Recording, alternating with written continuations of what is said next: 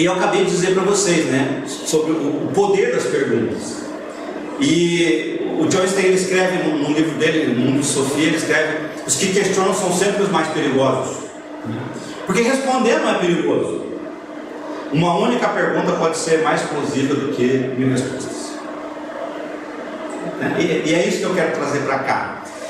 Que nós possamos pensar em ruptura, quando nós falamos de Deus com relação às pessoas, em ruptura, não no sentido de um Deus que vira as costas, de um Deus que criou o mundo, chuta a bola lá para dentro da galáxia e vai cuidar de outra coisa. Não, mas da ruptura entendida na perspectiva da interrupção de continuidade. Claro isso. Não ruptura porque virou as costas, porque esqueceu, mas a ruptura entendida como a interrupção de uma continuidade que pode não ser benéfica, pode não ser construtiva, pode não ser maturativa. A saúde da fé, se a gente olhar, nós vamos rapidamente entender que a saúde da fé se dá através de rupturas.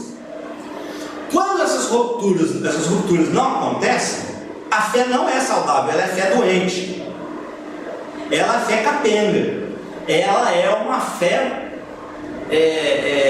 inadequada ao viver com Deus, ao caminhar com Deus. Ela é fé de conflito, ela é fé que impinge dor e sofrimento. Ela não traz a paz que o Evangelho diz que ela tem que trazer. Então, o que eu quero dizer quando eu digo que a saúde da fé se dá através de rupturas? Porque a Bíblia vai deixar claro que, no primeiro momento, nós somos neófitos. Nós somos o quê? Crianças na fé, não é assim? E o nosso alimento nesse momento é o quê? É o leitinho. E eu sempre falo para a minha igreja, cuidado com a sacralização do leitinho. Por quê? Porque tem crente que entra, se converte, toma o leitinho, se agrada do leitinho e sacraliza o leitinho no sentido de que ninguém pode mexer no leitinho. O leitinho é alimento daquele momento até o fim da vida. Porque se aquilo é de Deus, aquilo não pode ser mexido, aquilo não pode ser alterado, não pode pôr um açúcar, não pode pôr uma farinha láctea, não posso colocar nada ali. Aquele leitinho é sagrado, aquele leitinho é a palavra de Deus imutável. Mas o fato é que essa fé é uma fé doentia. O próprio Paulo vai por mais tudo. Vocês estão há quanto tempo no leitinho? Vocês não suportam um alimento sólido? Então isso é ruptura. Há um momento em que você rompe com aquele primeiro estágio da fé, que é um estágio onde nós estamos na busca de sinais e sentimentos. Quando você rompe com esse estágio, você vai a priori para um segundo estágio, que é o estágio onde você já se contenta só com sentimentos. Você já não busca mais sinais. E para mim, é claro, eu vivi essas etapas todas. Eu tive a minha etapa de ler Harold Hill, né? Daquele cara, eu sei que a gente teve a oportunidade de ler o Harold Hill, não é um tempo bom gasto em ler literatura, mas é muito engraçado quando você olha para trás e você leu lá o Harold Hill. O Harold Hill era aquele cara que estava andando na rua e o semáforo abria para ele, que ele fazia uma oração, enfim, e você acreditava naquilo, você era novo na fé, e você acreditava naquilo, então vamos lá, Deus vai abrir o semáforo para mim, eu vou achar aquela vaga de estacionamento no momento que eu mais preciso de uma vaga de estacionamento, Deus vai prover a vaga de estacionamento, porque eu fiz uma oração, enfim. Bom, essa etapa passa, você ora e não tem a vaga, e o semáforo não abre, enfim, aí chega um momento que você se contenta com os sentimentos. E quando você vai à igreja tem um momento de emoção, e quando você é manipulado pelos asos da manipulação nos templos, que ajuda você a sentir isso e aquilo, e você rompe mais uma vez com essa etapa e chega a uma etapa mais saudável da fé, onde nem os sinais e nem os sentimentos são mais importantes. É fé no vácuo, é fé no vazio, é fé. Por quê? Não há nada ali para alimentar essa fé como emoções ou como sinais. É fé na ausência. É fé pela fé, é fé na ausência, né? Eu escrevi recentemente isso lá no meu Face. Eu falei que a fé se dá no mais absoluto silêncio de Deus.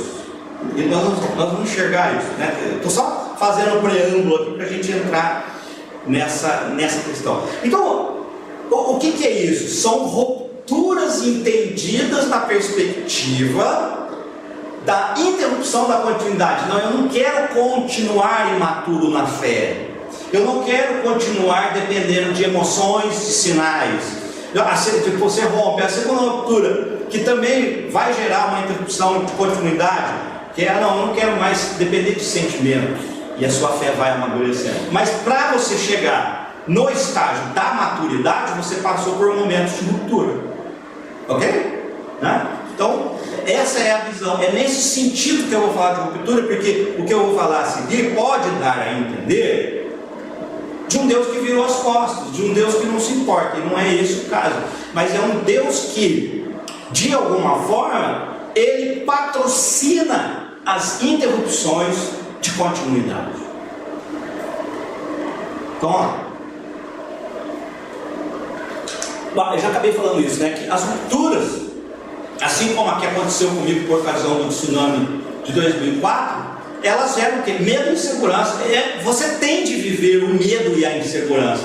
Você não pode abrir mão da maturidade da fé por conta do seu medo de enfrentar questões turbulentas, questões inquietantes, questões inclusive para as quais, muitas delas, você não vai encontrar resposta.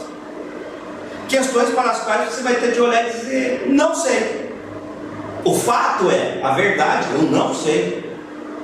Eu não sei. Posso falar uma coisa aqui? Sim. Eu estava assistindo o jornal, aí eles mostraram uma reportagem de uma cadelinha, não sei se alguém aqui assistiu, que o cara amarrou, colocou a cadelinha dentro de um saco, amarrou a boca e jogou dentro do fio dela. E a cadelinha, por uma questão, acho que de sobrevivência, mordeu o saco e conseguiu tirar a cabeça para fora do saco, só a cabeça. E depois o rio levou e ela ficou atolada em algum canto do rio.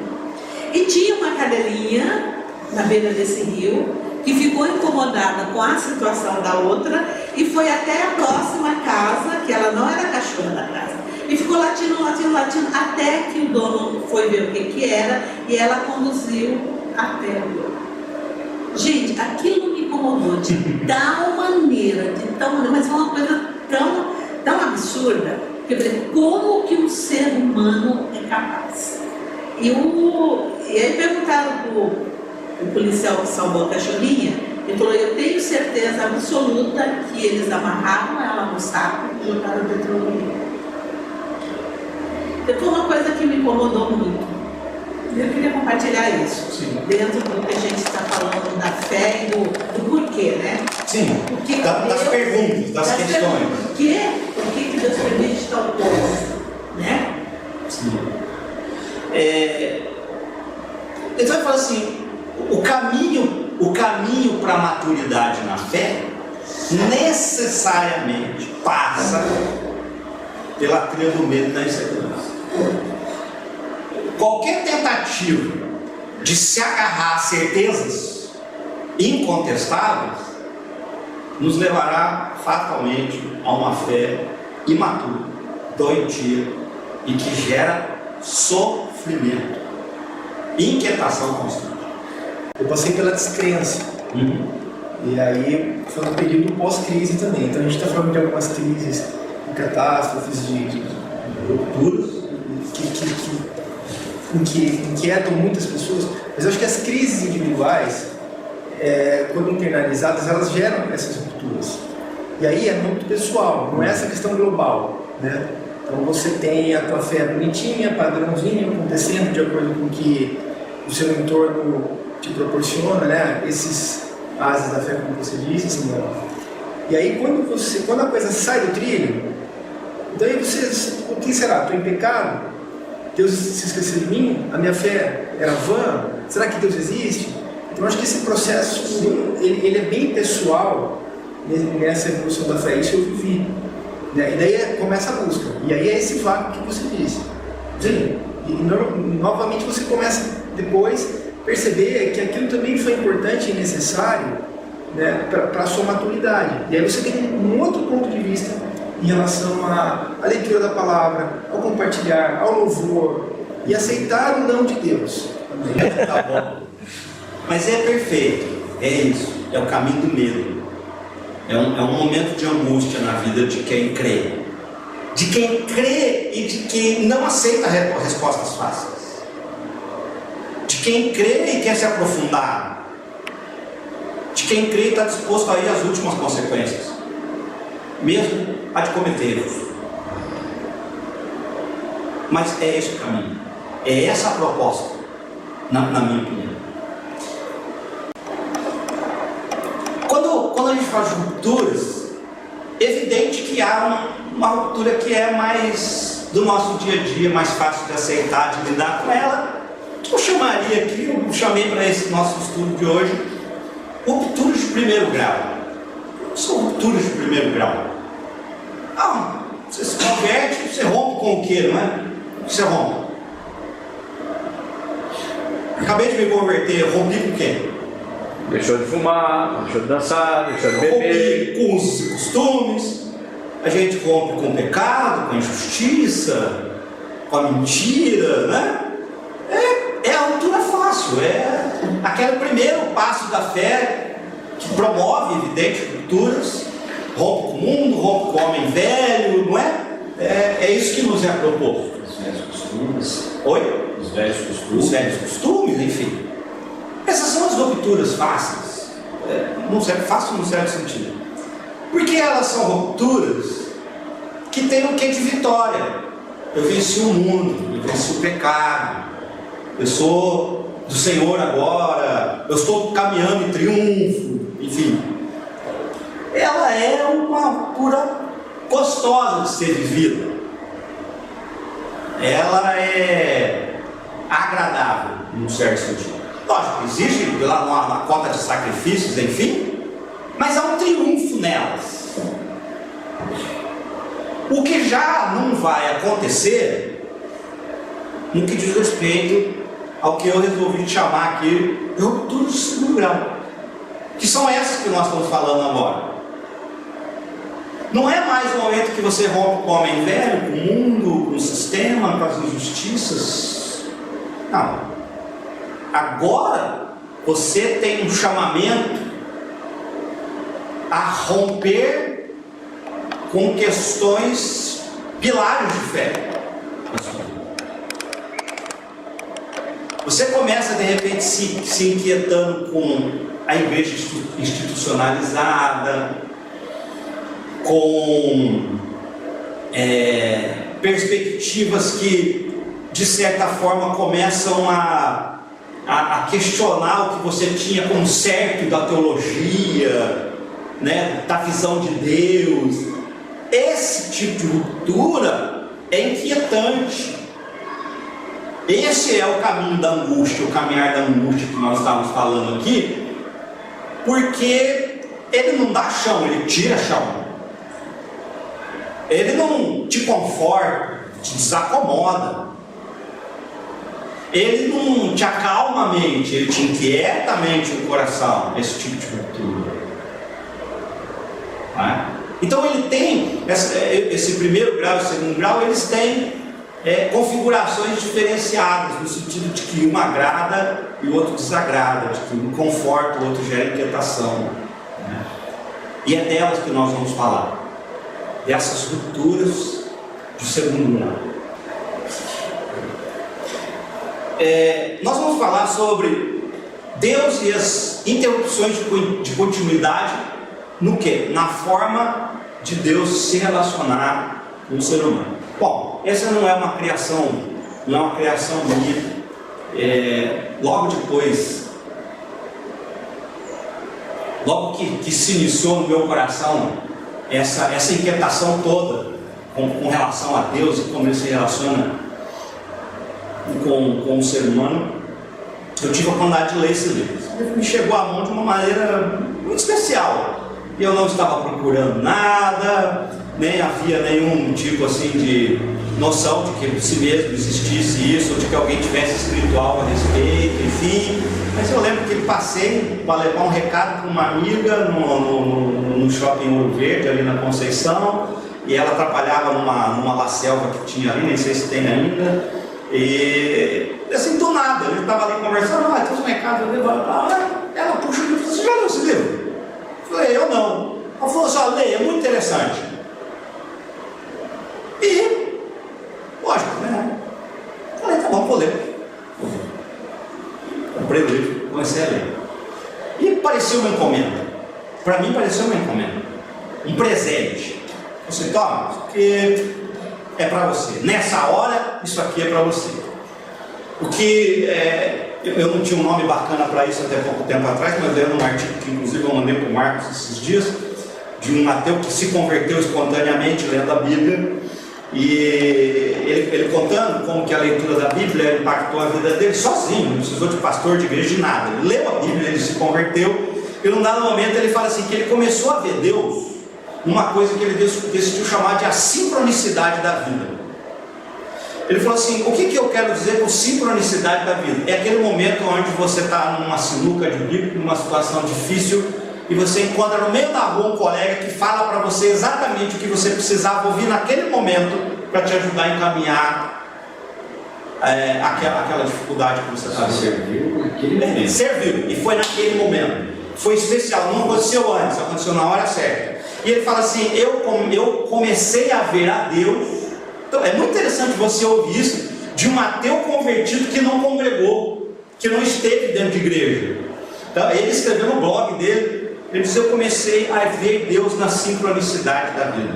E para mim, muito embora eu não usasse esse nome, esse foi um momento de sincronicidade, porque morava no meu coração essa angústia monstro, e de repente vem esse livro e eu comecei a ler. E eu fiquei tão deslumbrado com o livro. Logo em seguida eu falei para o Marcos, cara, você tem que ler isso aqui. E o Marcos depois teve uma oportunidade de falar para mim, cara, foi um dos livros mais interessantes que eu já li na minha vida, né? Segundo palavras do Marcos. E realmente, eu sugiro que, se vocês tiverem a oportunidade, leiam. Eu vou fazer um resumo do que o Friedman advoga nesse livro, qual é a ideia que ele defende nesse livro, que está totalmente ligada com a questão da ruptura, que está ligada com essa resposta de Deus à tragédia humana, à dor, a esse distanciamento, a esse ocultar da face de Deus, da convivência com o homem. Duvido que nenhum de vocês, caminhando na fé há tanto tempo, tenha se furtado a fazer a seguinte pergunta: por que naquela época tinha tantos milagres, Deus é o mesmo e hoje não temos mais? Qual de vocês me perguntou isso?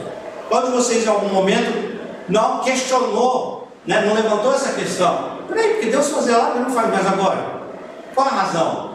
E o fato é que às vezes muita gente faz essa pergunta e acaba se contentando com respostas fáceis, rasas, a respeito dessa questão.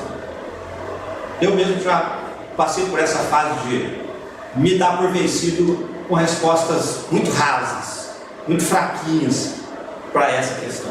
Mas então, assim, o que eu vou falar agora é baseado no estudo desse cara, que é um estudo fantástico, uma visão incrível do que nós podemos dizer, que explique, o que nos ajude a vislumbrar o ocultar da face de Deus na convivência com o ser humano. Porque vocês vão convir comigo, quando a gente olha lá para o Velho Testamento, o início da relação de Deus com o homem, é fácil você enxergar que Deus estava ali, né? Ele estava ali. E hoje nós relacionamos com Deus no mais absoluto silêncio de Deus. Eu dizia a um grupo de pastores outro dia, aliás, uma questão interessantíssima, que eu pedi um pingo de honestidade, né? Eu disse assim: sejam honestos comigo, né? Qual de vocês aqui já viu de forma incontestável um milagre igual aqueles da Bíblia? Eu virei para eles e disse: eu nunca vi. Nunca vi um cego voltar, né? Um aleijado voltar lá. Eu já vi lá no YouTube aquela coisa do a perninha mais curta que a outra, o pastor vai lá e olha a perna. Contestável. Eu quero falar algo incontestável. Tinha lá um atestado cego de nascença. Aí foi lá na igreja, o pastor orou e o fulano chegou e a medicina foi lá e disse: olha, está aqui, o cara era cego de nascença. Hoje ele vê, é um milagre. E aquilo deu burburinho terrível, porque no primeiro momento alguns pensaram: não, eu já vi. Qual foi? Não, isso é contestável, isso é contestável, isso é contestável. Vamos lá, me dê algo. E virou, né, dava para escutar o grilo, porque ficou um silêncio total. Porque depois de pensar um pouco, não tinha. Ué, esse não é um ocultar da face de Deus? Se você olha o começo da relação de Deus com o homem, num dado momento Deus vai dizer a Moisés, lá em Deuteronômio 32:20, lá eu enxergo aquilo. Deus vai, num dado momento da tumultuada relação de Deus com Moisés e o povo, Deus vai dizer a Moisés: esconderei deles o meu rosto, né? E verei que fim terão. Deus está avisando ali, bem no começo da história. Deus está dizendo assim: eu vou me ocultar, eu vou ocultar o meu rosto desse povo. Mais para frente, lá em Isaías 45:15, Isaías vai dizer: verdadeiramente tu és o quê? Um Deus o quê? Que se esconde. Ué, ele não era o Deus que se mostrava? Ele não era. Ele se mostrava, abria mar, passava de costas para Moisés ver. Se mostrava. E aí lá, né, bem na frente, lá Isaías vai dizer: tu és um Deus que se esconde. Vamos ver isso. Esse gradual e, né, segundo a opinião do autor, e lógico, minha também agora, esse intencional afastamento, entre aspas, ali, de Deus. Esse ocultar-se de Deus. Não é um ausentar-se de Deus. Por isso que eu fiz questão de frisar que ruptura é interrupção de continuidade, não ausência, não quebra, rompimento no sentido de cada um para um lado. Então, vamos lá pensar. Deus no jardim do Éden, tirando a parte da discussão do configurativa, seja essa narrativa ou não, poética, enfim, o fato é que a Bíblia coloca um Deus que caminha entre, a ponto de, diz o texto, né, ouviram os passos. Muito concreto isso, né? Então Deus caminhava pelo jardim do Éden e você podia escutar as folhas secas sendo pisadas. Então, de novo, independente da nossa perspectiva de que o gênero seja figurativo, poético, enfim, isso tem que ter algum significado para a gente. Por que isso está aqui dessa forma? Porque não está de outra maneira. Você tem que pensar. Isso aqui é feito para você pensar, é feito para você se inquietar. Você, peraí, como é que é isso? Né? Eu estou aqui achando que a criação do universo, tudo é figurativo, até porque Deus não faz questão nenhuma de provar nada, nem a sua existência e nem como Ele cria as coisas, enfim. Mas está lá o versículo que diz que o homem e a mulher ouviam os seus passos na viração do dia. É poético, né? Lá no entardecer, na viração do dia, Deus vinha para caminhar entre os homens, muito perto, muito próximo, né? Aí, tem toda a história do Éden e tal, enfim. Um pouquinho mais para frente, eu vou resumir, né? Depois quem lê o livro vai ter uma surpresa agradável, porque ele vai quase que texto por texto, e aqui não daria tempo para ficar o dia inteiro, ficar as 8 horas falando disso. Eu dar uma resumida aqui. Um pouquinho mais para frente a gente tem Noé, onde a relação já mudou um pouquinho. Deus já não anda mais no jardim pela viração do dia. O que acontece com Noé? Como é que Deus fala com ele? Deus fala com ele, como? Ele ouve uma voz, não é? Ele ouve uma voz, Deus fala com ele. Deus não está ali andando com ele. E Deus dá ordens a ele, que ele tem que cumprir. Ele não questiona. Deus manda, ele obedece, faz ali o que é para fazer. E o mais perto que Deus passa nesse momento é quando o texto diz que Deus fecha a porta da arca. Ou seja, já todo mundo dentro, né? E a gente não sabe como foi isso mesmo. O texto diz que foi Deus que fechou a porta da arca.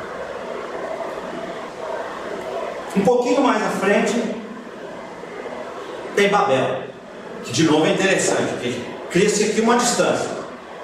Então, de novo, figurativo ou não, a gente tem lá essa figura da construção da Torre de Babel. E a gente tem um texto que diz que o Senhor desceu, quem desce de algum lugar, para ver a cidade, a torre e os homens estavam construindo. Que é uma narrativa, no mínimo, curiosa, do Deus onipresente, que num dado momento do texto bíblico é retratado como alguém que vem de algum lugar, que desce a terra. Ele já estava no alto. Ele estava no alto, né? Não era mais o Deus que andava no jardim. Exatamente. E é muito interessante você pensar isso de um Deus que todos nós cremos onipresente. É uma narrativa minimamente curiosa e instigante da nossa criatividade, de tudo que a gente pode pensar aqui. Mas enfim, o texto diz que Deus desce para ver o que eles estavam fazendo, e parece que está ali a Trindade. O que nós vamos fazer? E nós vamos confundir aqui, enfim, né? Vamos confundir para que outro dado interessante, para que eles não cumpram o seu intento, né? Minimamente curioso também. Peraí, o intento era construir uma torre que chegasse ao céu. Deus confunde para quê? Para que eles não cumpram o seu intento. Enfim. Bom, em seguida nós temos a figura de Abraão. Veja, eu estou falando aqui certo de que vocês conhecem bem esses textos já, né? A gente não precisa ficar lendo todos eles. Vocês conhecem bem os textos, a história, e é notório que de Adão e Eva até Abraão há uma brusca mudança na maneira de Deus se relacionar, de se manifestar às pessoas. Que Abraão não vê a Deus. Entra aqui em Abraão um fato novo, que eu já vou explicar. Primeiro, Deus fala em meio a um fogo, muito parecido com a história de Moisés. Aliás, guardem a figura do fogo, porque ela é importante para a gente mais lá na frente. Deus se manifesta através do fogo. E mais para frente um pouquinho, na história de Abraão é visitado. Vocês lembram desse episódio? É visitado por quantas pessoas? 2 anjos. Tá? 2 anjos, não é? Não. Quer dizer, a impressão que a gente tem é essa. Mas a Bíblia fala de 2 anjos, mas a um deles Abraão chama do quê? De meu Senhor. Dá até para a gente pensar numa trindade ali, né? E o autor do livro, ele vai dizer assim, que a gente tem que tomar muito cuidado com o Velho Testamento quando ele cita anjos, porque o anjo muitas vezes na história do Velho Testamento é o próprio Deus, né? Por exemplo, no episódio em que Abraão está para sacrificar Isaac, o que é que o anjo diz? Agora sei. O que entende isso? Quem sabe? Deus sabe.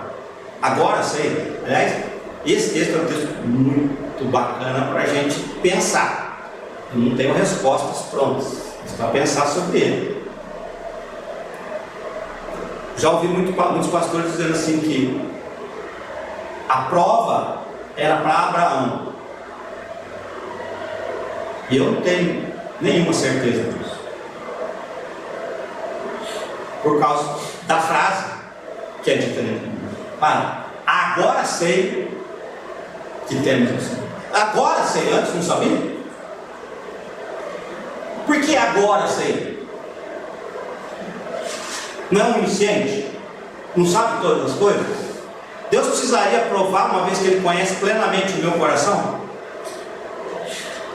E aí você tem, então os pastores dizem, não, essa prova era para Abraão. Abraão precisava descobrir. Não, Abraão já tinha decidido. E tanto já tinha decidido que já tinha levantado o cutelo. Que dúvida Abraão tinha? Nenhuma. Se tivesse alguma dúvida, o anjo precisa dizer, para. Se o anjo diz para, por quê? Porque ele ia matar o filho. Abraão não tinha dúvida. Abraão tinha fé de que Deus inclusive poderia ressuscitar o filho morto, mas não de que ele não entregaria o filho. Mas por que o texto diz, agora sei que temos um filho? Bom, só jogando a encrenca aí, vocês podem brincar de pensar sobre isso, mas não é o ponto principal aqui. Mas Deus vem do fogo falar com Abraão. Depois Abraão é visitado. Segundo o autor, esses anjos não são anjos, são manifestações, uma manifestação diferenciada de Deus. Aqui na versão Thompson, a partir do versículo 16, 17, 18, tem essa anunciação de anjos, mas aí logo em seguida a abertura de cada versículo diz, então Deus disse, então Deus disse, ou no 18, apareceram 3 anjos a Abraão. Essa é a abertura do versículo, do capítulo, o 18, né? Aí o primeiro versículo, depois apareceu o Senhor a Abraão, os carvalhais, taraná, e continua. E assim vai, no 20, 21, 22. E ele vai chamar o anjo de meu Senhor. Sim. E no momento do encontro, ele vai dizer meu Senhor, que é o significativo. O anjo não é Senhor. Então, o Friedman, ele argumenta que o anjo, em muitos momentos, por exemplo, o anjo que luta com Jacó, quem é? Com quem que Jacó está lutando? Eu vou chegar nesse versículo daqui a pouco, eu vou usar Osés para mostrar a encrenca que é isso. Mas vamos lá. Então ele, nesse momento em Abraão, há uma nova maneira de Deus se manifestar ao homem, próxima ainda, mas já não é mais Deus andando na viração do dia no meio do jardim, o Deus mesmo, mas é uma forma dele poder se manifestar, se relacionar e falar com as pessoas. Então vai surgir essa figura do anjo, né? Que cabe essa discussão, se é um anjo ou se é a manifestação Deus em pessoa ali falando com os seus, falando com quem quer falar. Então você já percebe aqui uma nova maneira de Deus se manifestar, de Deus dialogar, conversar com o ser humano. E o grau de responsabilidade aqui já é um pouquinho maior do que com Noé, porque Deus já faz uma aliança com Abraão, já contemplando a humanidade toda. Em Jacó, agora sim, né, entra a questão. Jacó, de novo, é um passo além. Já não é mais alguém cordialmente recebendo anjos e dizendo meu Senhor, pois não, eu estou aqui, sou obediência, blá blá. Não, em Jacó nós temos um homem fazendo o quê? Lutando com Deus. E você pode dizer, mas era um anjo. Mas o que é que Oséias vai dizer? Por isso que eu usei aqui, em vez de usar o capítulo lá de Gênesis, da luta de Jacó com Deus, eu vou usar o versículo de Oséias 12, 13, 14, 3 e 4, que diz assim: como o homem lutou com quem? Com um anjo? Não, lutou com Deus. Ele lutou com um anjo e saiu vencedor, né? Em Betel encontrou a Deus, que ali conversou com ele. Difícil, né? Deus, anjo, Deus. Quem era? Quem poderia conceder a bênção? Né? São questionamentos muito interessantes, né? De novo, por mais que a gente não feche a questão aqui, ela abre um universo diante dos nossos olhos, no sentido de tudo que a gente pode pensar aqui, né? Bom, aí você tem Moisés. Moisés é um capítulo à parte. Até eu nem citei versículos, porque eu ia ter que citar o livro todo, né? Eu coloquei aqui que em Moisés nós temos uma profusão de milagres, né? Uma profusão de milagres. São incontáveis milagres que aconteceram na relação de Deus com Moisés. E você percebe de novo, agora mais um avanço, né? É Deus ali dizendo: sou eu, estou aqui, né? É para que saibam que eu sou Deus. Então ele dá a cara, ele se mostra, ele fala, ele transforma o Nilo em sangue, né? Abre o mar, tudo aquilo que a gente sabe que está ali na história da relação de Deus com Moisés. De certa forma, a gente pode dizer que esse momento específico da relação de Deus com o homem não é um momento de crença, mas é um momento de conhecimento. Por que não é crença? Porque Deus estava ali. Deus estava ali na nuvem durante o dia para fazer a sombra. Deus estava na coluna de fogo à noite. Era visível. Deus estava no mar aberto. Deus estava no maná que caía do céu. Entendem que não é um momento de fé, é um momento de conhecimento, é um momento de revelação. Brincando, né? Poderia dizer que é Deus batendo no peito: sou eu, aqui sou eu, né? Não olhe para mim, sou eu aqui, eu faço e aconteço. Tanto que no episódio da morte dos primogênitos, que a gente costumeiramente às vezes diz na pregação que o anjo da morte passou pelo Egito, a gente às vezes esquece desse versículo aqui, né? E esse versículo: naquela mesma noite eu passarei, Deus dizendo, pelo Egito, eu matarei a todos os primogênitos, eu sou o Senhor, né? Por isso que eu usei essa expressão, que é Deus batendo no peito dizendo: sou eu vou passar, eu vou matar.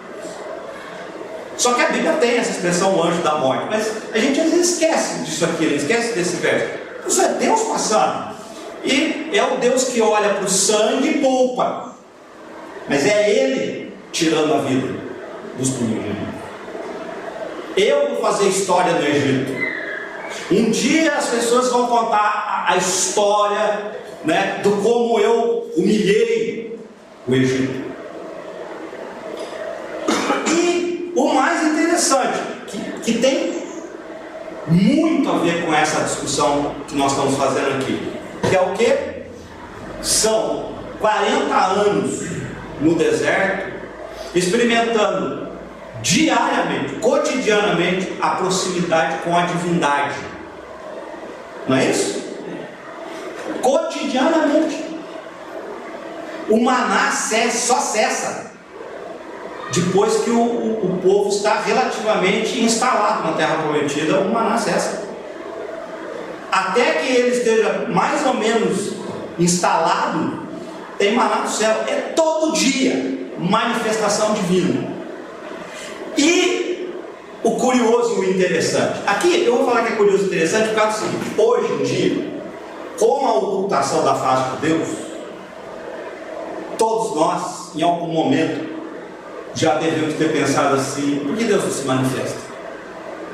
Por que Deus não veio para essa sociedade incrédula e mostra a cara e fala: eu estou aqui, né? Por que ele não acaba com o Estado Islâmico e o Boko Haram? Não, mas mais do que isso, Deus se autenticar diante da humanidade cada vez mais incrédula, dizendo: escuta aqui, vocês estão falando um monte, eu existo, estou aqui, ó, não é? Eu já me questionei, por que Deus não faz isso? Por que Deus não impediu que o piloto fizesse isso? Enfim. Seria incrível para o evangelismo no mundo. Quer dizer, a gente acha isso. Seria incrível para o evangelismo, seria incrível para a igreja, que o Deus dos protestantes metesse a cara na história e dissesse: ah, eu estou aqui, olha aqui o meu poder, e fizesse lá algo, arrebentasse a porta. para calar a boca de todo mundo. Não é curioso que ele não faça? Principalmente para nós que acreditamos que ele pode fazer, que ele é quem ele diz que ele é. E essa pergunta é inquietante: por que ele não faz? Eu acho que a resposta vem em seguida. Eu acabei de dizer para vocês que o povo passou 40 anos experimentando diariamente a convivência com o divino. E é nesse momento que o povo faz o quê? Se rebela. Então vemos, esse povo não tem dúvida da existência de Deus. Deus prova a sua existência. Deus está todo dia dizendo lá: eu estou aqui. E o que é que o povo mais faz nesse momento? Se rebela. Então esse momento da história vem para dizer que esse nosso pensamento de que se Deus metesse a cara na história tudo mudaria é um engano.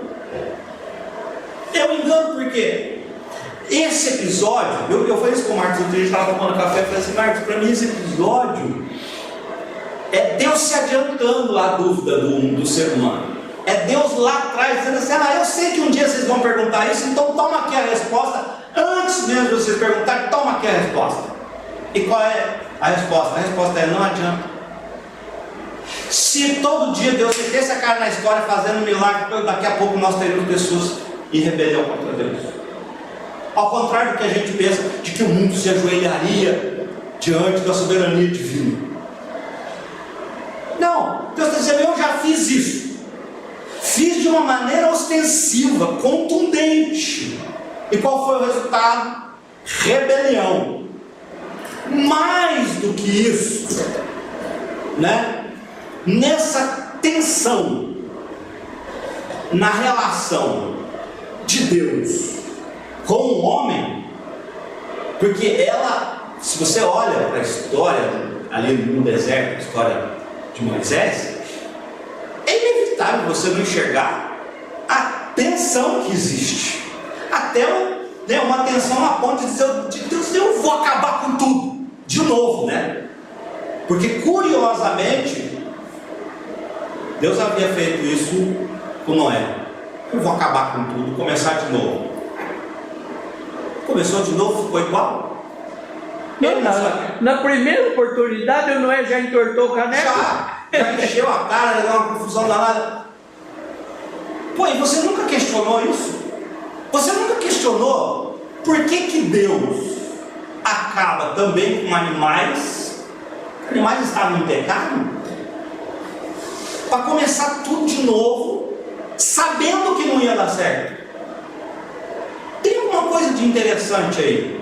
Tem alguma coisa a mais para nós pensarmos, que não é o objeto da discussão de hoje, não vou entrar nela, mas enfim, de novo, só jogando aí. Vocês pensarem que, peraí, tem que ter algo mais aqui. Tem mais nessa história do que a gente acha que tem. Ela é só uma história simbólica para a salvação? E bom, enfim, toda a discussão pode haver. Então é evidente que nessa relação de Deus com o seu povo, ali no período do Êxodo, a relação é tensa, a ponto de Deus eu vou acabar com todo mundo. É uma relação conflituosa. E por que ela é relação de conflito? Já ocorreu com vocês esse pensamento? Por que essa relação é relação de conflito? Eu penso que seja pelas características do coração humano, pela insatisfação que alguns nesse período de deserto até blasfemavam: pô, eu estava melhor lá, por que você foi tirar a gente do conforto da escravidão, né? Vamos pensar assim. A relação de conflito se dá por uma razão muito básica, que é o fato de Deus nos ter feito a sua semelhança. Imagem e semelhança. faz sentido isso? Né? Quando eu digo isso, clareia para vocês o conceito do porquê do conflito. Nós somos imagem e semelhança de Deus, somos parecidos com Ele, não há como não haver conflito. Eu não conseguiria sobreviver com uma pessoa igual a mim. Sim. Não ia dar certo. Você acha que Deus não sabe disso? Você acha que Deus não pensou isso? Eu não quero conviver com alguém igual a mim. Eu preciso conviver com alguém diferente de mim, com alguém que tenha liberdade, com alguém que conteste. Aliás, entra aqui um negócio que maravilhoso, né? Muito legal. Na Bíblia judaica, né? no hebraico, quando aquele versículo que diz que Deus faz para o homem uma auxiliadora idônea, a tradução, uma das possíveis traduções para auxiliadora idônea é auxiliadora contra. Aonde isso nos leva? Deus faz para o homem uma auxiliadora contra. Primeiro, que parece antagônica a ideia. É auxiliadora, mas é contra? Sim. Só é auxílio. Por quê? Porque pensa o que eu não penso, porque vê diferente de mim, senão não seria auxílio.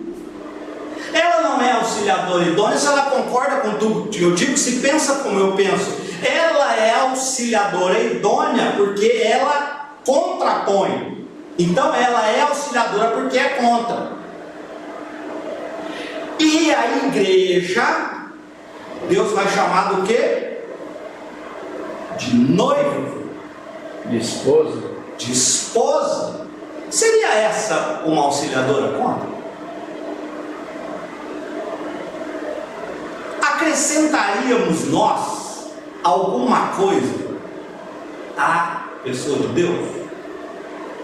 Pelos contrapontos que fazemos. Pelos contrapontos que fazemos, isso afeta a nossa relação com Deus, muito embora saibamos quem Deus é, o seu conhecimento, sabedoria e grandeza. Porque nesse ponto você tem que decidir o seguinte, e para mim é muito claro isso.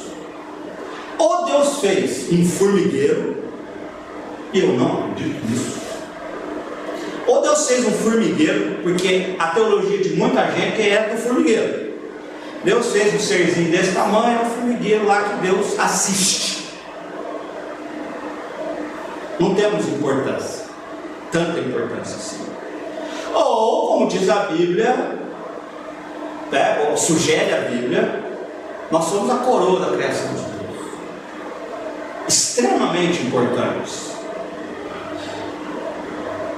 Uma relação produtiva, relação que produz algo, que gera algo. Por mais assustador que essa declaração possa ser, porque há quem vá nesse momento dizer, mas pode se acrescentar algo a Deus? Veja, nem eu tenho resposta, por isso eu coloco sempre essas questões como perguntas. Seria esta relação uma relação produtiva, que produz algo? Seria essa relação tão importante? E para mim, Cristo responde essa pergunta. Sim, é demasiadamente importante. Ela é tão importante que Ele dá o seu Filho unigênito por ela.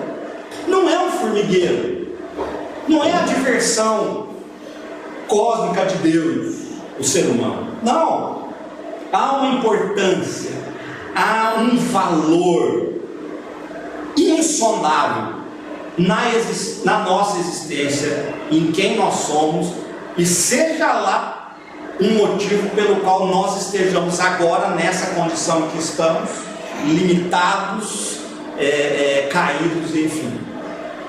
Tudo tem que fazer sentido, porque Deus é perfeito. Então, seria a noiva, a esposa, também uma auxiliadora contra? Ou ela não acrescenta nada na relação?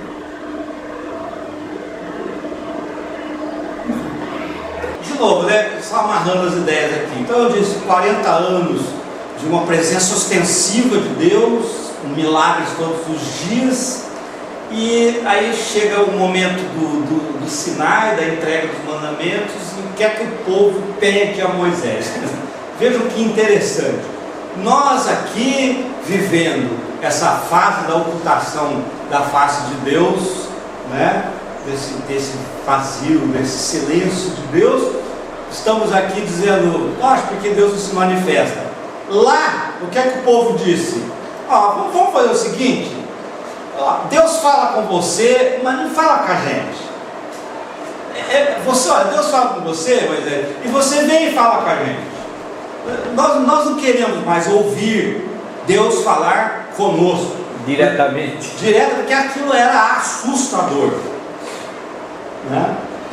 E eu poderia dizer que era também, num certo sentido, humilhante, porque o que é o ser humano senão uma versão limitada da divindade, né? De certa forma. Então essa proximidade com a divindade dá a impressão, gerava um desconforto muito grande. E o povo, é muito interessante isso, convivendo com o milagre, convivendo com uma presença muito ostensiva da divindade, o povo diz, não, chega, vamos fazer o seguinte, você fala com Deus e depois do recado de Deus você vem e passa para mim. De certa forma, nós podemos dizer que é nesse momento, e é aí que a gente vai começar a amarrar com a parte que o Marcos vai falar, é nesse momento, de alguma forma, muito embora já se tenha falado nisso um pouquinho antes, é que se consolida a imagem do profeta, do sacerdote, do intermediário. E por isso que quando o Marcos terminou, eu falei assim, vamos tentar refletir quanto tem do homem nisso e o quanto tem de Deus nisso, né? Nesse distanciamento. Porque por um lado você tem o ser humano dizendo, olha, não queremos que Deus fale mais diretamente, queremos intermediários, né? Então peraí, Deus cria a figura do intermediário ou nós forçamos a figura do intermediário? Para se pensar. E esse intermediário também era, vamos dizer assim, era a criação em função do medo do contato direto com Deus. O ser humano está repelindo a divindade nesse momento da história. Está a divindade cheia de boa vontade, de cuidados, de zelo, cordoniza, é maná, é água. Estava bom demais. Sim, não sei se porque estava bom demais, mas há algo na história, nessa relação conflituosa que me parece muito mais um desconforto, um apequenar-se pela presença da divindade, as suas limitações, a sua pequenez, suas limitações todo dia ali na sua cara, começa a gerar desconforto. Então você percebe que há um movimento do ser humano, né, do homem repelindo a divindade.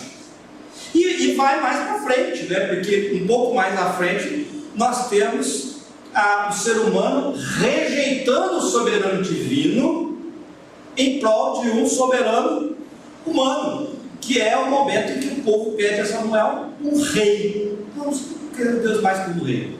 É isso que eles estão dizendo.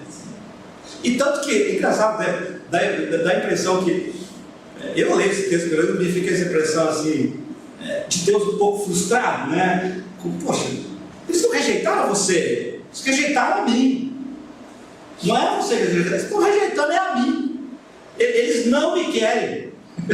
É interessante. Me lembra um pensamento quase que mitológico, que depois desse período, a gente vê o povo em busca de deuses que podem oferecer benefícios.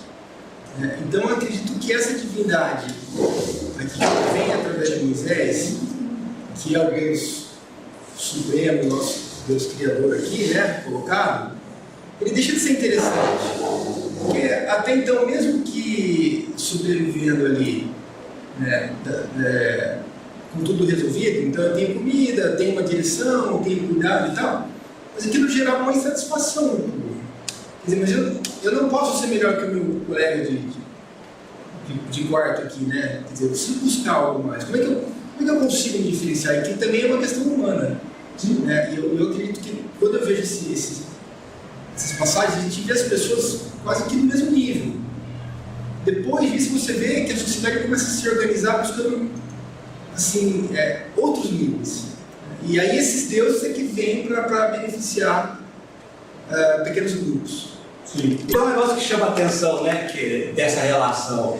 Quando a gente volta ali em Adão e Eva, não há nenhum diálogo precedendo a ordem. Deus chega mandando. Não coma na árvore. Em Moisés, isso se agiganta. Porque você tem lá os 10 mandamentos e mais 600 ordens diretas, praticamente. E assim, é engraçado porque não há diálogo de amigo para amigo. Não, é ordem. Ó, faça assim, isso pode, isso não pode, isso pode, isso não pode. É ordem. Então é isso que gera conflito, é a relação com isso que gera conflito. O que gera esse conflito? A contestação da ordem, o que é? Então é interessante, né, esse movimento do ser humano repelindo a Deus e culmina um pouco aqui, nesse momento com Samuel, o povo quer um rei humano. E o que você falou do ídolo? O ídolo é muito interessante, porque o ídolo não se manifesta. O ídolo é inerte. Então ele pode ser adorado sem conflito, porque ele é o que eu quiser que ele seja. Deus não. Deus não pode ser o que eu quero que ele seja. Ele é. O ídolo não é mais fácil procurar ídolos. Porque o ídolo não tem conflito. Né? Não tem a relação dinâmica que você tem com Deus, que é a origem dos conflitos. O ídolo é muito mais fácil. E realmente. Ter ordens também é muito mais fácil. Porque se você obedece uma ordem e aquilo que você vai fazer é alguma coisa que não vai dar certo, a culpa não é sua, a culpa é de quem deu a ordem. Uhum. Então tira a responsabilidade de cima de mim para pôr em cima do outro. Sim, é mais fácil. O ídolo, a relação com o ídolo é mais simples. Até porque eu sempre vou me projetar no ídolo. Então, como ele não está ali para dizer eu sou assim ou eu sou assado, ele é o que eu quero que ele seja, ele se amolda, né, ao meu querer. E de novo, né, fazendo os contrapontos, vendo com uma relação interessante. Passado algum tempo, a gente tem um Gideão. Deus se aquietou, Deus ocultou sua face, não tinha milagres, nada portentoso acontecendo, e pasma, né? O mesmo ser humano que lá atrás repele o divino, nesse momento sofre pela ausência do divino. E ele diz: o que aconteceu? Onde estão todas aquelas maravilhas que os nossos pais contavam sobre Deus? Então, Deus está próximo, o ser humano quer ir longe. Deus está longe, o ser humano quer ir. Cadê? Cadê os milagres? Onde estão as maravilhas? Somos nós agora. Onde estão os milagres? Onde estão as maravilhas de Deus? E aí, nós saímos com frases bonitas como: não, o milagre está vivo. O milagre é estar vivo. O milagre é a vida. Então, é um pouco uma maneira de aplacar o nosso desencanto com a impossibilidade do maravilhamento patrocinado por Deus. E aí a gente sai com umas explicações bem bacanas assim, né? Do tipo: não, milagre está vivo. Como se dissesse: já que não tem mar abrindo, então tá bom, vai isso aqui mesmo, isso aqui é um milagre. Mas eu quero um milagre, né? Então quando eu estou dizendo: não, o milagre está vivo, é porque eu quero um milagre, eu quero essa manifestação, eu sinto falta dela. Então lá em Juízes, então a gente vai encontrar o Gideão saudoso, da proximidade da divindade, porque Deus havia se aquietado, né? Não se manifestava mais. Lógico, se vocês forem procurar, há uma manifestação ou outra assim, mas o fato é que as manifestações visíveis e audíveis se tornaram raríssimas. E às vezes apenas pessoais. Então a cidade não ficava sabendo, o país não ficava sabendo, uma pessoa ficava sabendo. Então, mesmo que vocês encontrem na leitura da Bíblia, num momento outro, o fato é que não é mais aquela profusão de milagres que nós temos ali no episódio do povo do deserto, da história do Êxodo. Estou ficando bem errado. Aí um pouquinho mais à frente, nós temos aí o episódio de Elias, onde a impressão que dá é que o próprio Deus está sinalizando isso. Ele está dizendo: olha, não estou mais no vento tempestuoso, não estou mais no terremoto, não estou mais no fogo. Eu falei, guarda no fogo. Então Abraão, ele se revela no fogo, Moisés no fogo. E aí ele chega para ele, de certa forma, né, sinaliza para ele: não estou mais no fogo. Nem no terremoto, nem no vento tempestuoso. Onde que eu estou? Onde eu serei encontrado a partir de agora? Na melhor tradução possível, no quase silêncio. Porque algumas versões colocam uma brisa, né? Assim, algo que ainda pode ser percebido. Mas pelo que eu andei estudando aqui, a ideia é de um silvo tão levinho que pode passar quase desapercebido, que é justamente fazer o contraponto com o vento que fende a rocha, né? Não, esse vento não é o vento que bate a janela, não, ele é um silvo, uma coisa muito suave, que se você não prestar atenção, não vai ouvir, vai passar desapercebido. Eu acho que se a gente trouxer para o dia de hoje, se a gente trouxer para o dia de hoje, e a gente quiser contextualizar isso, no meio de tanto burburinho, de tanta oferta, de tanto clamor pelos milagres e pelo poder, no meio de tanta exacerbação do ser humano como sendo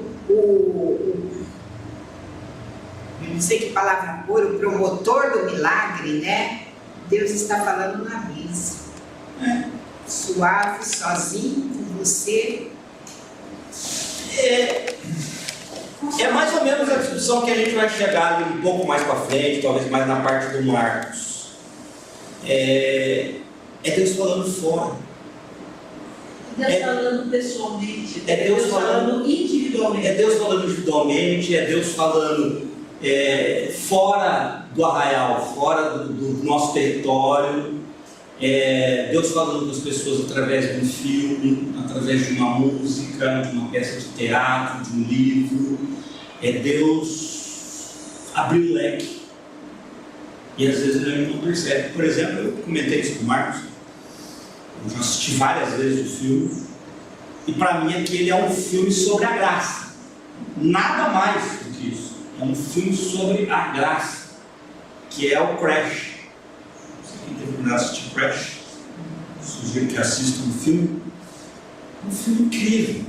E quando eu assisti aquele filme, eu estava assistindo, num dado momento eu falei: meu Deus, esse é um filme sobre a graça de Deus, mas colocada de uma maneira simplesmente fenomenal, mágica, né? Eu não vou contar o filme aqui, mas eu sugiro que vocês assistam. Umas 2 semanas atrás, eu estava assistindo, passando pela televisão, e eu vi, eu acho que é um seriado que eu nunca assisti, que chama, acho que Grey's Anatomy. E houveram 3 cenas naquele episódio que me levaram a um pranto incontrolável. Eu acho que em todos esses anos eu nunca tive uma experiência com um filme com meu diretor. E esses dias... Mas é uma experiência de relação com Deus. Esses dias passou de novo o mesmo episódio. Eu queria até ter gravado, mas eu sou uma negação com tecnologia, né? A Ângela teve todas as séries, desde a 1 até a última, já assistiu. E eu fiquei impressionada. Eu falei assim, são lições de vida que muitas vezes você está lendo a Bíblia e você não encontra na Bíblia. Aquilo que você aprendeu. Posso contar um milagre? Já que nós estamos falando de não existe milagre? Eu sou corretora de imóveis e desde janeiro nós não devemos absolutamente nada. Eu tenho um escritório, eu tenho um custo bem alto em cima daquilo e eu tinha uma reserva que também foi seu. E ontem, de manhã, orando, eu falei assim para Deus, não vou chorar. Eu falei, Deus, não quero mais viver em limite. Não tenho mais estrutura para viver em limite. E tenho limites maravilhosos. Ó, dava para fazer a festa. Tá bom. Aí fui trabalhar. Daqui a pouco me tocou o telefone. É um empreendedor de Indaiatuba. Disse assim para mim: Cléo, vem buscar o teu cheque. Sério, gente. Eu disse assim: que cheque? Ele disse assim: veio uma cliente aqui, fechou um lote e disse que foi você que buscou. Ok? Ele ainda me deu uma bronca, porque ele me passou o mapa e disse assim: é só para investidor, eu só quero que você venda de 5 lotes para cima, senão não me aparece aqui com vendia individual que eu não quero. Eu falei, tudo bem, Júlio. E a moça foi lá e comprou um lote. E sem minha autorização, eu nem sabia. Aí perguntei para as minhas corretoras: foi você? Liguei para o Marcelo: foi você? Mas pera um pouco, deixa eu pensar. O Marcelo estava fora de Indaiatuba. Daqui a pouco o Marcelo ligou: mãe, a Fernanda é a esposa do Fábio, que é amigo do meu filho, que eles jogam juntos, e ele tinha comentado do loteamento.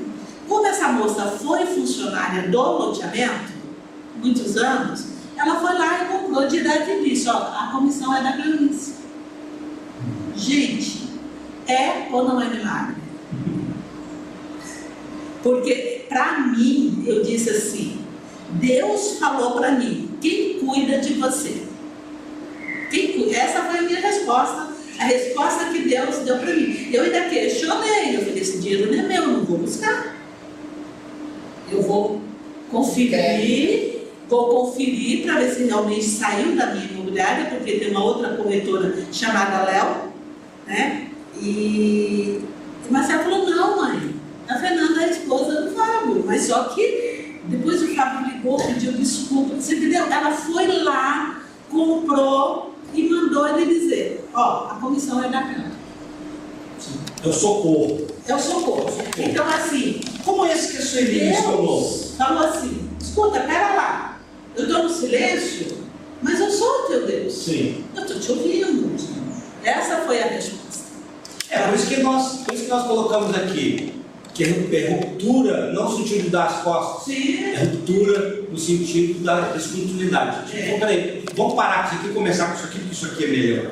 Vamos avançar, vamos progredir. É isso, né? E isso que a Sueli falou, eu vejo isso como um socorro. Às vezes eu estou precisando ouvir alguma coisa, ser tratado na minha vida, ser direcionado a alguma coisa, e está lá, não é lendo a Bíblia. Às vezes assistindo um filme, Deus vai lá e fala comigo.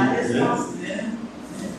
Então, continuando nesse nosso raciocínio, só para amarrar bem as ideias aqui, vai chegar um momento em que a Bíblia tem ainda mais ou menos 5 séculos de história para contar.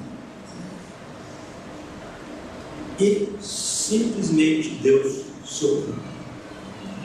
Algo vai nos chamar a atenção nesse momento.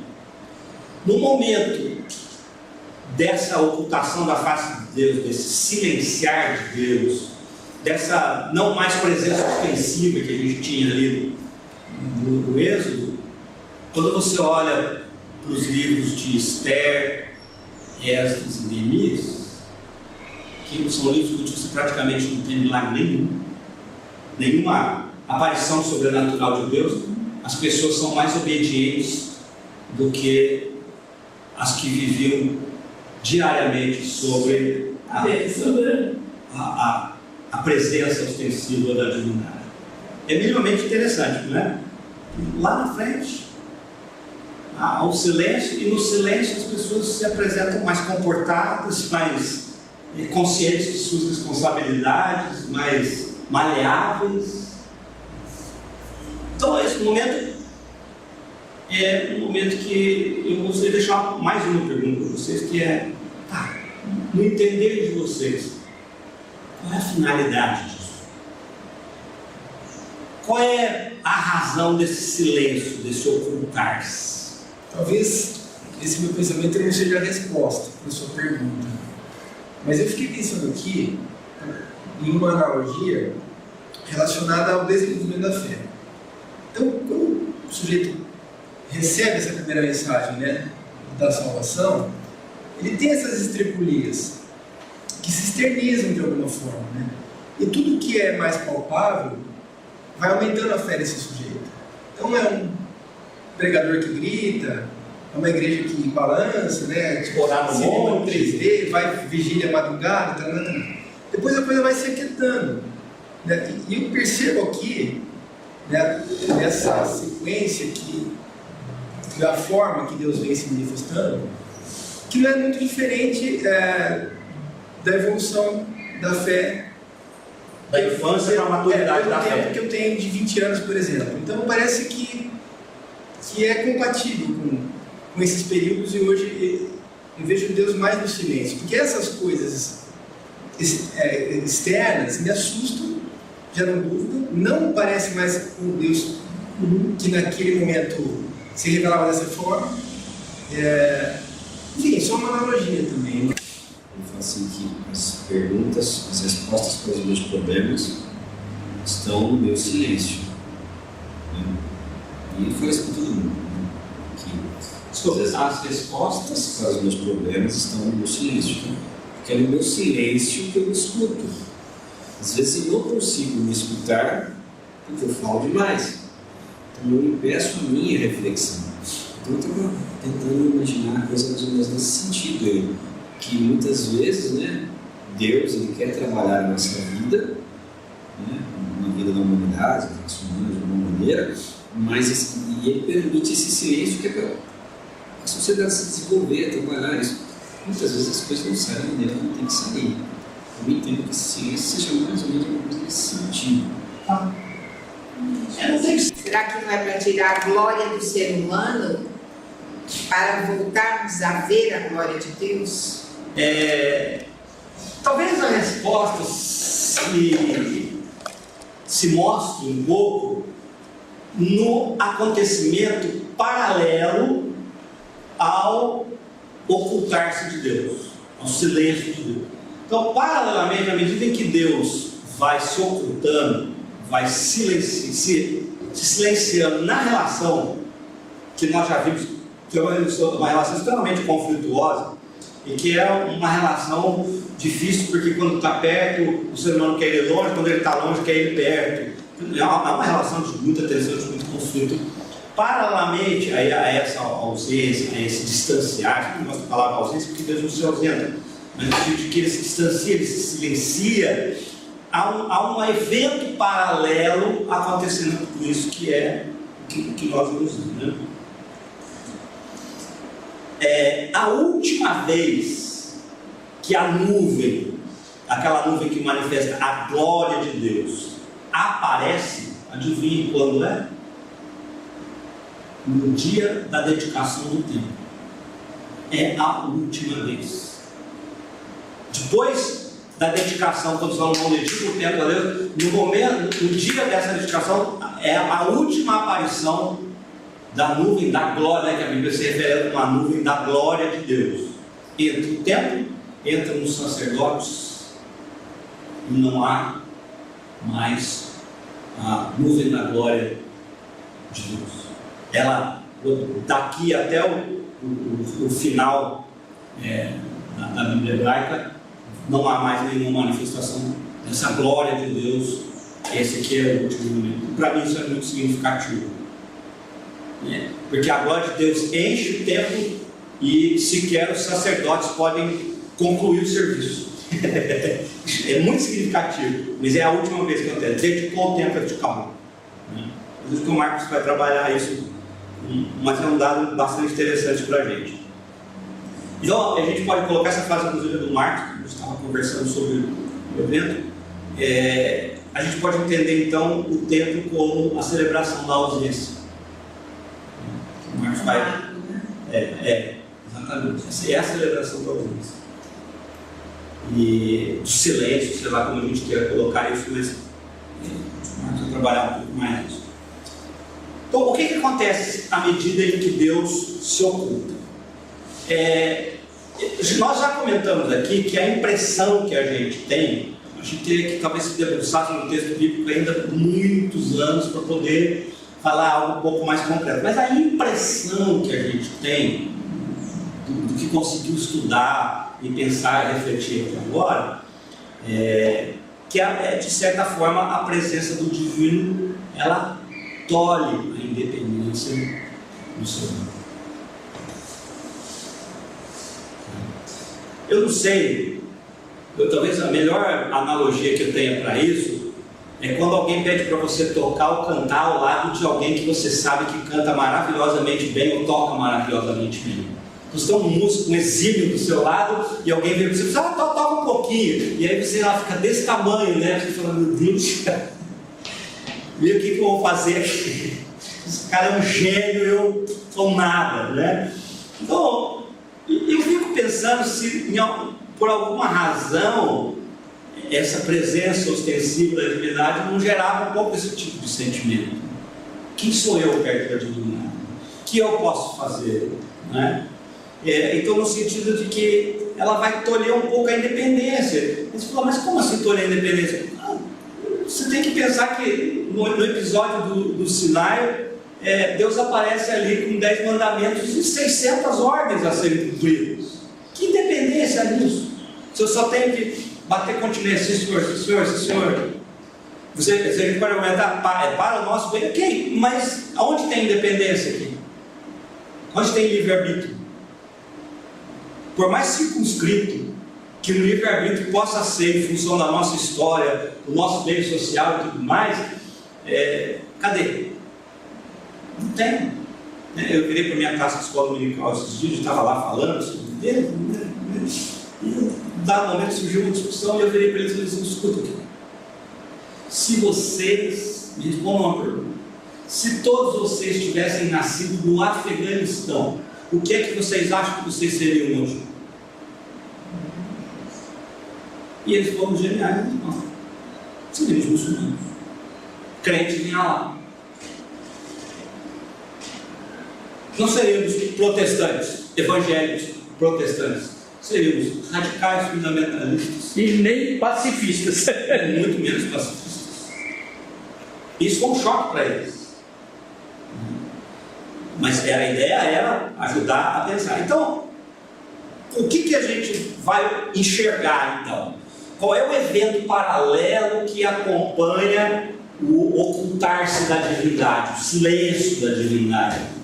É o aumento da independência do ser humano, e não no sentido negativo, mas positivo, de quem cresce, de quem amadurece. Vejam comigo aqui, quando você olha para Adão e Eva, quem já leu a história, vocês leram, qual é a impressão que a gente tem, né? Duas crianças estão ali, aquela coisa nova, o que a gente faz, né? E assim, crianças peraltas, né? Traquinas, Deus, não comer, né? O que será que vai acontecer? E um ser humano tão dependente que diz o texto que Deus tem que fazer as próprias roupas, né? Que eles fazem uma roupa lá que não serve muito bem, Deus tem que confeccionar a roupa deles. Então veja o grau de independência dele. E não é, nós já vamos perceber que esse grau de independência mudou um pouco, porque ele já sabe fazer.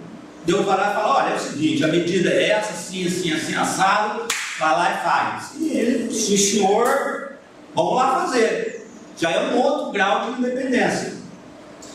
Em Abraão, um outro grau de independência. E veja, a forma de Deus se manifestar está mudando. Vocês têm que lembrar o que eu passei antes, né?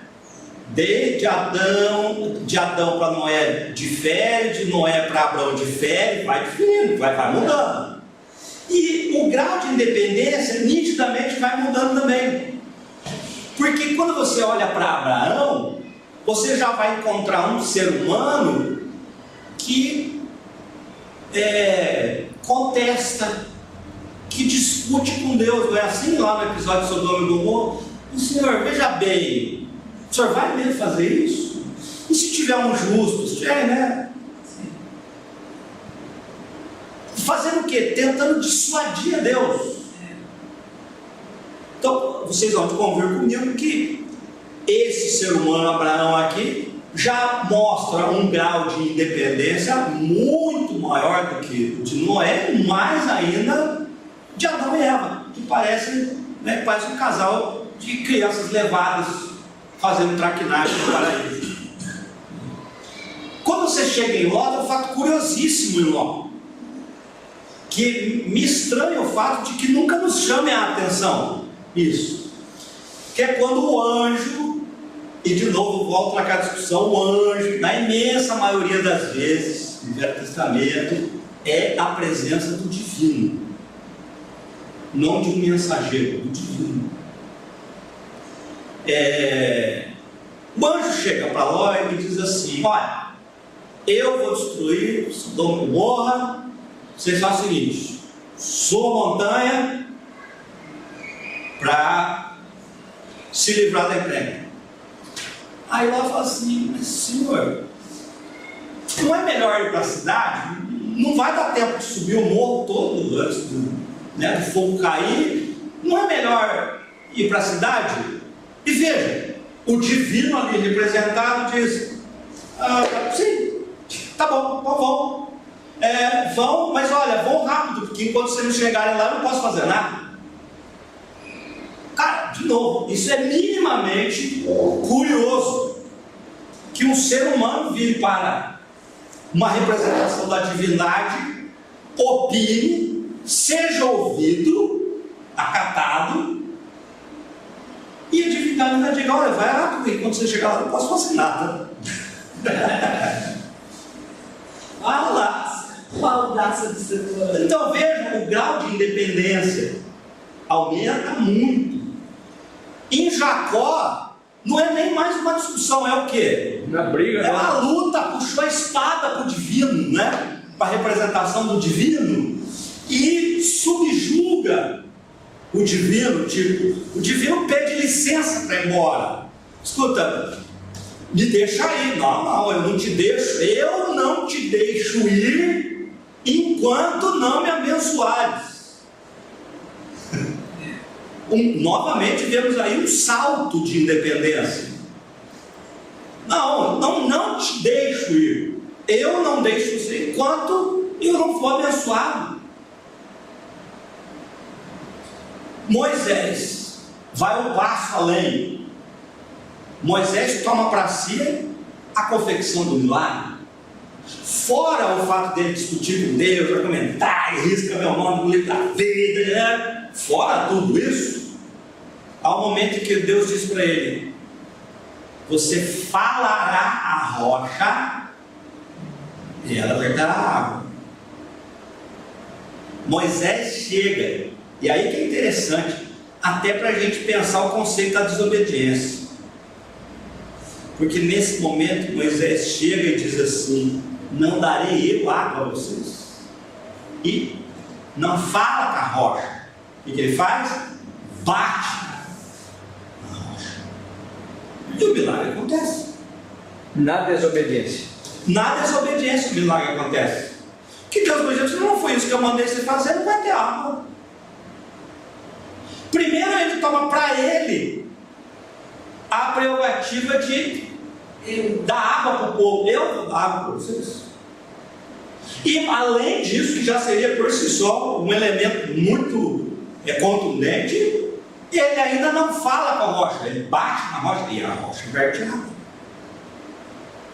De novo, um salto de independência e um momento de milagre em meio à desobediência, muito embora ele vá ser depois tratado por Deus nesse aspecto, mas chama muita atenção o fato de que eu mesmo já pensando nessa parte, se eu fosse Deus, eu não dava milagre.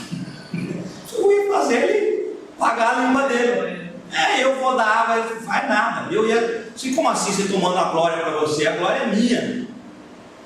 Mas não, Deus atende. Deus faz. A moral de Moisés cresce com o povo. Então, um novo salto de independência. E em Josué, um outro salto. Josué escolhe o milagre. Porque é ele que escolhe que o sol pare. E aí, eu poderia, assim como o autor do livro, ir versículo por versículo, vários outros tantos episódios mostrando o aumento da independência, mas eu vou citar só o Jonas, que o Jonas é um querido meu. Um dos livros que eu mais gosto do Bíblia. É um dos personagens que eu mais gosto, é uma das histórias que eu mais gosto, é uma das que mais fala ao meu coração. Por causa da relação já tão sublime, tão incrível, de Deus com o ser humano. E ali de um Deus já entrando no diálogo, entrando na conversa, discutindo com Jonas. E um Jonas dizendo, não, tá vendo porque que eu não queria? Eu sabia que você ia ser misericordioso, eu sabia que você ia salvar esse povo, por isso que ia fugir. Não é uma questão de desobediência, esse povo não merece ser salvo. Então, eu sabia que o Senhor é Deus misericordioso. Apresentou a ideologia dele para Deus. E Deus dá uma lição para ele, muito linda no final do livro. Que quando Deus faz crescer a planta lá para ele ter sombra, e depois Deus mata a planta e ele se revolta com aquilo. E é o momento que Deus diz, como? Você não se perturbou com a morte daquelas pessoas que não sabiam discernir entre a mão esquerda e a direita, e agora você está aqui tendo piti porque eu matei uma planta, que eu fiz secar uma planta? Essa relação é muito bonita, do homem com a divindade. E de novo, a gente tem aqui um grau além ainda de independência. E aí, um pouco respondendo a pergunta que eu mesmo fiz, a impressão que a gente tem na leitura e no estudo dos textos bíblicos, é que à medida em que Deus silencia e oculta a sua face, nós amadurecemos. Enquanto humanidade, não como crentes, esqueçam a igreja evangélica, o ser crente. Não, pensem na humanidade, porque a humanidade avançou à medida em que Deus se distanciou. Eu falei para vocês que ter um filho foi talvez o maior progresso teológico da minha vida, em todos os sentidos. Para pensar a teologia, para pensar a relação de Deus com o homem, com o mundo, com a vida. E se você usar a família como metáfora para essa relação conflituosa de Deus com o homem, é muito interessante. Porque, vamos lá, depois de tudo isso que eu passei para vocês, essa metáfora vai ficar muito clara. No seguinte sentido, quando você tem um filho que é preciosíssimo para você, que evoca em você um amor, um cuidado, um zelo indescritível, a gente tem que lembrar qual que é o primeiro momento da relação. É o momento em que a gente limpa as sujeiras do filho, troca a fralda, não é? Ele não tem dependência. Você está ali fazendo o serviço de todo dia, alimentar, trocar a fralda, limpar. Toda hora ele aponta um, você tem que ir lá trocar a fralda, né? Bom, se você olhar para o início da história do homem com Deus, é mais ou menos por aí. As crianças levadas, que eu falei há pouco, precisando aprender tanta coisa, gente se perdendo no caminho, né? A maldade crescendo. Aí o filho cresce um pouco e a nossa relação muda. Você não tem com um filho, já uma criança um pouco mais crescida, a mesma relação que você tinha com um filho em fraldas. Cresceu, mudou. Agora você diz para o filho, vá no banheiro, olha, se limpe direito. Então veja, a relação mudou. E ela vai mudar de novo quando o filho já é um pouco mais adulto. Quando o filho é criança, você dá ordens para o filho. Faça assim, faça assado, agora é hora de dormir, agora é hora de escovar o dente. Deus fez isso com o ser humano.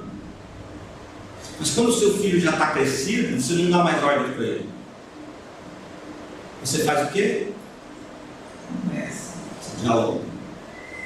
Você expõe os seus pontos de vista, mas porque no final quem decide é o filho crescido. Então a pergunta é: não seria a humanidade o Filho de Deus que cresceu? O crescimento não demandou novas formas de se relacionar, de dialogar, de conversar, de conduzir. Então, particularmente quando eu olho para a história da humanidade, eu consigo enxergar isso. Eu consigo enxergar uma humanidade que avançou, que cresceu. Eu tenho costumeiramente ouvido crentes, num ótimo por isso, outras pessoas são crentes, dizendo: olha o mundo como está. É óbvio que a volta de Jesus está perto. E eu sempre dou a mesma resposta. Escuta, estudar a história um pouquinho é bom. Você acha que o mundo está ruim? Você já estudou a Idade Média? Você já estudou a Idade Média? Ah, não. Com base em que o mundo piorou? Nós temos leis, nós temos um grau maior de civilidade. Tudo bem que você pode ser desandou em alguma coisa aqui, ali, sim, mas não tem comparação, né? Com uma idade que você não tinha higiene, não tinha educação, nada, tinha morte, desgraça, sujeira, você tinha os tiranos, os déspotas, né? A história do monarca do rei que dormia com a sua noiva à véspera do seu casamento, que ele tinha o direito de dormir com a sua noiva, né? De provar a sua noiva antes de entregar para você. Espera aí, não piorou? A cidade mais instruída da antiguidade, que foi Roma, tinha o Coliseu, onde se tinha o circo, era matar gente comida por leões. Isso. Então, as pessoas ficam hoje, não, porque deu um terremoto, porque morreu não sei quem, o fim está próximo. Não, peraí, o fim pode estar próximo, mas o parâmetro não é esse que vocês estão usando. Esse parâmetro é extremamente discutível. Nem sei porque eu entrei nisso agora, mas é isso. É mais para fechar, para dizer assim: quando eu olho para a história, eu digo eu, porque nem todo mundo é obrigado a ter o meu olhar. Quando eu olho, eu consigo enxergar isso aqui que eu estou falando para vocês. A humanidade avançou, ela cresceu, ela é mais independente, ela avançou em muitos aspectos, muito embora nós tenhamos nos tornado prisioneiros em outros aspectos, em vários outros nós avançamos em termos de civilidade. No frigir dos ovos houve mais avanços do que retrocessos. Exatamente.